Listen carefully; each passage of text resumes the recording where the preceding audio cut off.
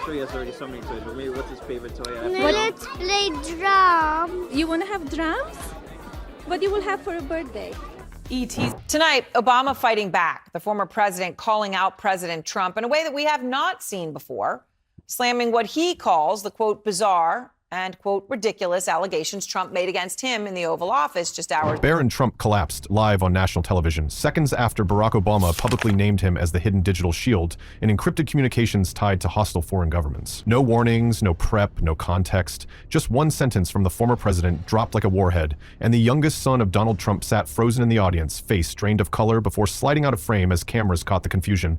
The feed cut mid-chaos, audio snapped off, and for a moment, America blinked, trying to understand if it had just witnessed a medical emergency or the implosion of a family myth. Because the accusation wasn't abstract. Obama didn't imply, he identified. He looked down the barrel of a live microphone and claimed that Donald Trump had used his own son, his own flesh and blood, as the firewall to obscure a network of classified, encrypted, back-channel transmissions with individuals described by intelligence sources as aligned with the interests of foreign adversaries. And he didn't say this in a book or a speech or some coded social media jab. He said it in real time to Trump's face while Barron and Melania were seated just a few feet from the stage. We have no concern about that. If it's uncomfortable for him, he shouldn't have been involved in overseeing this, which is what it appears to us has happened. There's a lot of allegations on the table. Our job is to go and follow each of those trails and to find out the truth. And this wasn't a slip. This wasn't political commentary. This was a strategic and deliberate detonation of the one narrative the Trump machine has always guarded: family loyalty. And it didn't come out of nowhere. It came after weeks of calculated positioning by Obama, whose recent re-entry into the political bloodstream has not gone unnoticed. When he resurfaced in April to attack Trump's university funding freeze, calling it unlawful and ham-handed, the headlines chalk it up to alumni pride. But then came the private fundraiser in New Jersey where Obama reportedly slammed elite law firms for setting aside the law to work with Trump. That wasn't nostalgia, that was intent. People are speaking up, they're marching, they're stepping up, and where are you at, President Obama? And so now I think we see President Obama stepping up too.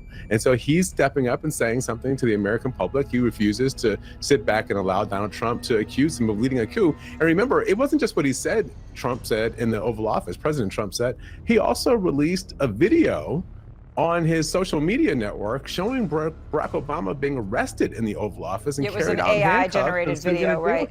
And intent became impossible to ignore the minute Tulsi Gabbard released her trove of declassified documents. A scorched earth move that rekindled a long simmering war between the Trump-era intelligence community and Obama's former cabinet.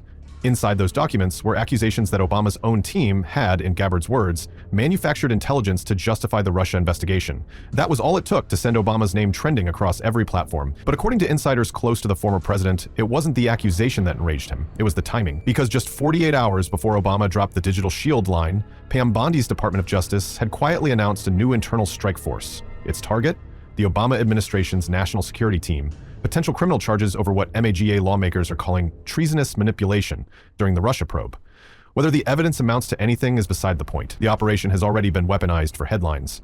And into that storm, Obama didn't hold a press conference. He pulled the pin live, naming Barron Trump as the shield that protected his father's private network. The witch hunt that you should be talking about is they caught President Obama absolutely cold, Tulsi Gabbard. What they did to this country in 2016, starting in 2016, but going up all the way going up to 2020 in the election. They tried to rig the election. To understand how we got to that moment, we have to back up just 6 days to the verbal street brawl between Donald Trump and Representative Jasmine Crockett. Trump went on CNBC and called her low IQ, mocking her intellect, and even making a weird dig about whether she was related to Davy Crockett. This wasn't a one-off insult. It was a prelude to chaos. Crockett hit back on a move on stage in Phoenix, calling Trump a piece of trash, while torching House Republicans and the Supreme Court for enabling what she called a wannabe Hitler. The clip went viral in less than 4 hours. By that night, Crockett's ripped jeans were trending on X. MAGA commentators were calling her unhinged, and the right-wing influencer circuit had already moved into full character assassination mode. Then came her deeper cut, the one that would get under Melania's skin. During a judiciary hearing, Crockett openly questioned how Melania obtained her so-called Einstein visa. The EB-1, intended for people of extraordinary ability, was awarded to Melania in the early 2000s when she was a working model. Crockett all but accused her of fraud, comparing her unfavorably to the likes of Tyra Banks and Naomi Campbell. And while the White House brushed it off, MAGA loyalists didn't. The insult hit too close to the family narrative. Melania's visa story was always wrapped in mystery, and Crockett had just opened that box in a very public way. So back to Melania. Look, I think what she's pointing out, one, this is not a new story. This is not a new story. Right. People have been bringing this up about Melania for a long time. Yeah, Washington Post has reported on this back several years ago, I believe it was. I think what she's trying to point out here, as the immigration policies right now are under fire and under scrutiny, is the inequity that someone who was, I think, dating Trump at that time, Melania Trump, or they were in a serious relationship, something of that nature, gets this seemingly pass. So, what does this have to do with Barron? Everything. Because insiders say the Trump circle was already on edge about a different family revelation. One buried in Axios reporter Alex Eisenstadt's upcoming book, Revenge, the inside story of Trump's return to power. In it, Eisenstadt reveals that Barron, now a teen, played a quiet but influential role in Trump's 2024 campaign reboot. According to the book, Barron told his father he flapped his gums too much during the 2020 debates and advised him to let Biden talk more. Trump listened, and for the first time, his campaign allowed Barron to appear in strategy discussions. That detail raised eyebrows, but not just because it showed Barron stepping into the arena. It was what followed. During the June 2024 Atlanta debate, Trump's campaign constructed a so-called human shield around him, physically blocking rogue aides like Corey Lewandowski and Natalie Harp from slipping him bad advice. The phrase human shield is now chilling in retrospect, because weeks later, the crypto venture Trump launched with his sons was described using eerily similar language. The goal, according to a real estate insider close to the family, was to get Barron involved in the space to shield him from scams. The irony? The crypto firm was fronted by two men with reputations for vaporware schemes and questionable finances, one of whom reportedly tripped on psychedelics during the birth of his second child. And yet Barron was billed in promotional materials as a visionary despite skipping the launch live stream. Usually anyone associated with Obama just ignores all that. They don't respond. But that is not what happened this time. Obama's spokesperson responded in part, and I quote, "Out of respect for the office of the presidency, our office does not normally dignify the constant nonsense and misinformation flowing out of this White House with a response, but these claims are outrageous enough to merit one. These bizarre allegations are ridiculous and a weak attempt at..." Behind closed doors, security briefings reportedly flagged the project as high risk for reputational blowback. That's when the speculation started. Was Barron's name being used to mask or divert scrutiny from someone else's activity? Then came the trigger, the announcement of Bondi's strike force, targeting Obama's former intelligence chiefs. It was designed to provoke, and it did. 2 days later, Obama responded, but not in the way anyone predicted. He skipped the legal rebuttals and moved straight to annihilation. In front of a national audience, on a split screen with Donald Trump, he accused the former president of off-the-books foreign communication and named Barron as the unwitting firewall. Publicly, Obama framed the revelation as a warning. He said the use of minors in covert digital operations raised ethical alarm bells that should concern every American. But insiders claim that behind the scenes, the move was a tactical strike. Sources close to Obama's legal team say they had been quietly analyzing Gabbard's declassified dump, cross-referencing timestamps with leaked server data, and discovered a pattern, one that allegedly pointed to devices registered under Barron's name being used as cutouts for encrypted traffic tied to flagged IPs.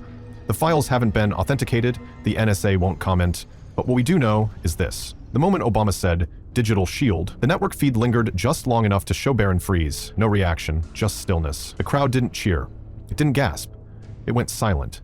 Trump blinked hard, as if trying to decode what had just been said. Melania didn't move. And Barron, well, Barron's expression didn't change until his body did. A subtle tilt, a slip. The camera operator began to pan away as staffers moved toward the front row. And then the audio was cut. And Governor Pawlenty, Speaker Johnson is now saying that he would not be opposed to subpoenaing Obama to testify before Congress over the... For the next 12 hours, network anchors tiptoed around the footage. Conservative platforms declared it slander. Liberal ones speculated about its legality. The White House issued no statement, and the Trump campaign scrubbed Barron's crypto affiliations from its site. But the real question hadn't even been asked yet, because as the microphones cut and as the nation stared into the vacuum of a broadcast gone mute, one sentence froze in the air.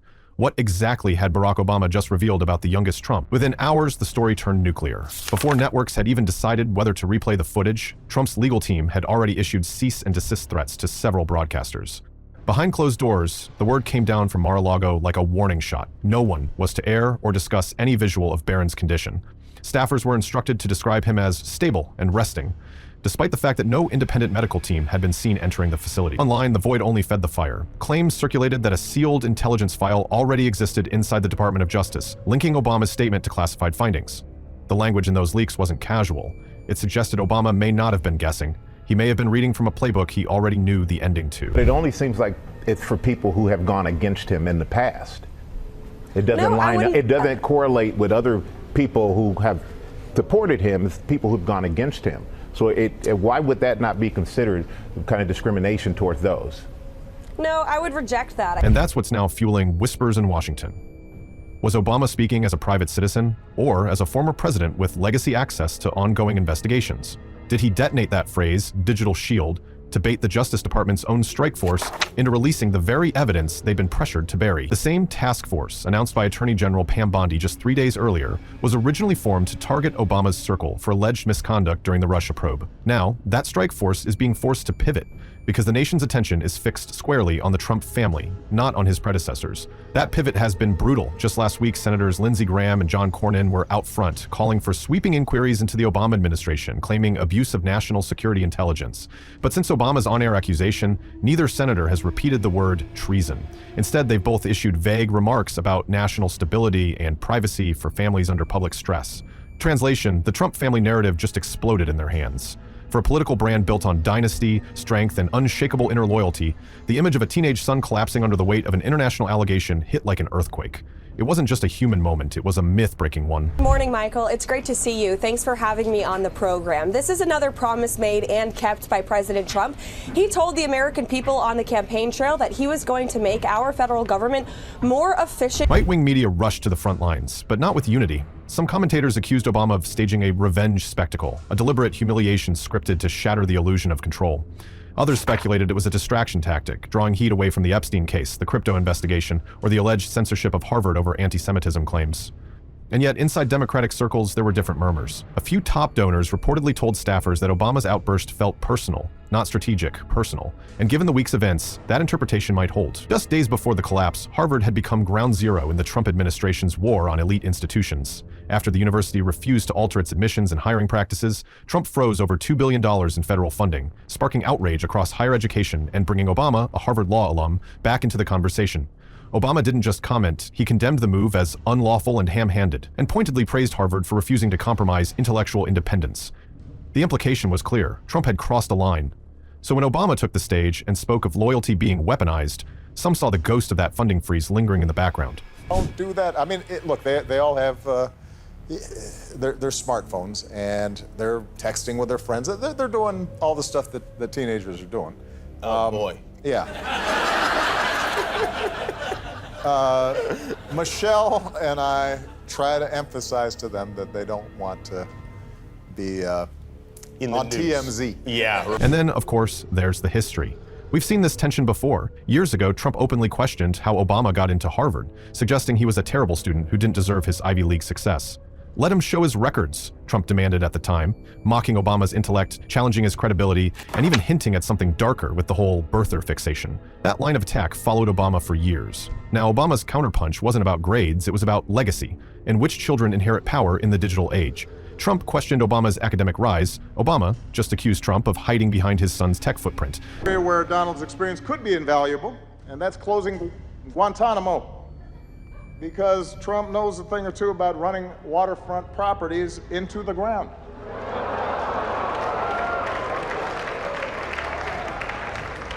And that's where things get slippery, because in the wake of the collapse, new fragments of information began surfacing online, some from known leakers, others from accounts with long histories of accurate pre-releases. The common thread? A trail of digital communications allegedly routed through proxy devices tied to a specific Trump-owned property management system. The files aren't public, and no official source has confirmed their authenticity.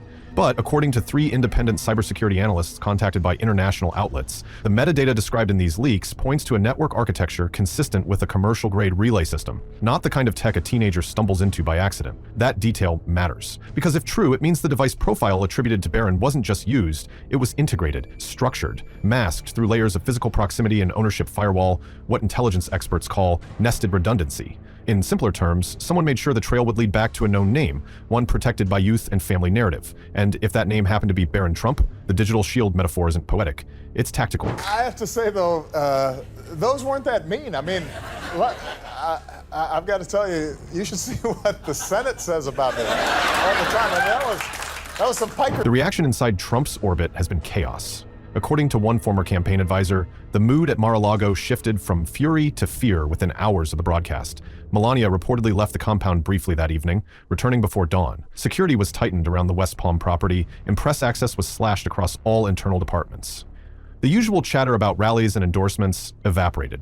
Instead, attention turned inward, toward the corridors of the DOJ, where Bondi's strike force now finds itself holding a very different kind of brief. Because sources in Washington say there is, in fact, a sealed file. It reportedly contains forensic packet data, timestamp matches from known flagged IPs, and encryption behavior identical to that used in prior FBI sting operations. The contents are not public, but they are now sitting. According to one high-level staffer, between the DOJ strike force and the Oval Office, that file could confirm Obama's accusation or reveal it as recklessly premature. Either way, the weight of it has shifted the entire balance of political power overnight. So now the question has changed. It's no longer just whether Barron Trump was used. It's whether he was ever meant to be found. Because if the true digital operator was never his son, if the name was just cover, if the alias was designed for detection, then we're staring at something far deeper than a political feud. We're staring at the strategy of camouflage, executed with clinical precision, in the middle of a presidential campaign already rotting with digital disinformation. And that brings us to the final, most uncomfortable twist. If Barron was never the target, then who, or what, was the real digital shield? Drop your thoughts in the comments, because this rabbit hole is getting started. We'll see you next time. Stay sharp, stay curious, and as always, watch the feed.